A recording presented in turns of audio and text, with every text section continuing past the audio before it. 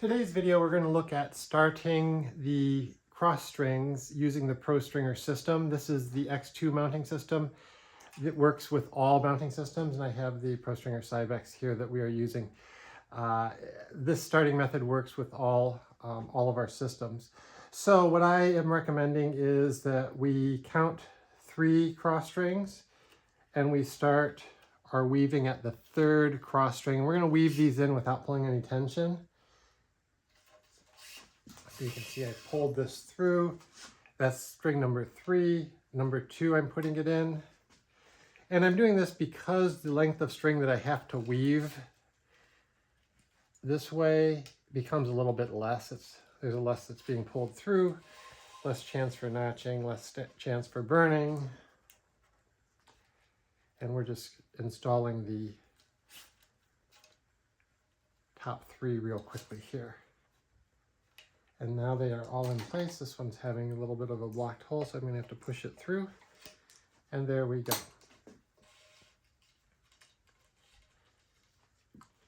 So, for the starting process with ProStringer, this is my personal recommendation. There are several ways to start it.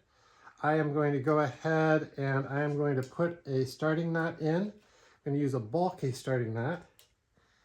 I think it's called a fisherman's knot. It's 2 loops, and the string goes behind. You pull through, and there you have it. So there's the basic formation of the knot. I'm going to take my ProStringer unit, and I am going to tension this string. I'm going to hold the knot here so it doesn't go into the grommet. I'm just tensioning it to kind of cinch up the knot real good there. And I'm not going to clamp off because I don't have anything to clamp off to. I'm just going to release that string. And now we're ready to go. I'm not using a starting clamp. What I have found is if you use a starting clamp method for this, when you re-pull number 1 and you tie off the knot, you're going to lose more tension on string number 1 through that process than you do this process. So this process, we're going to go to string number 2, cross string number 2. We're tensioning it. And I'm just kind of pulling and borrowing tension if I can. Charge number 1. And I'm going to take my claw. I like to use the C2 claws for the crosses. Release. And we pretty much have done it right there. That's how you get started. It's as simple as that.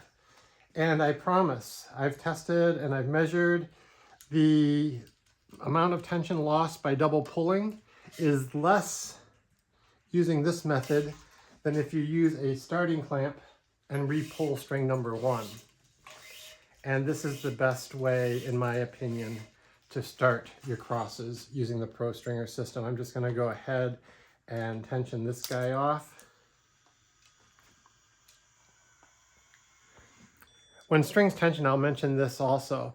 We always, before we remove the claw, make sure that it's parallel, that it pulled back to parallel, because when you release the tension, you'll see the claw turned ever so slightly, just ever so slightly.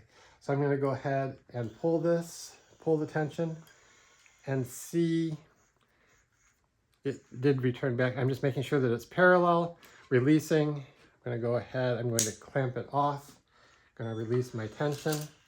And now I am ready to continue on with my crosses. I don't like this little knobby thing. You can wait till the end, or you can clip it off right now. I'm just clipping it off right now. It's out of the way, and I am good to go. And there you have it. That is how you start the crosses using your ProStringer system.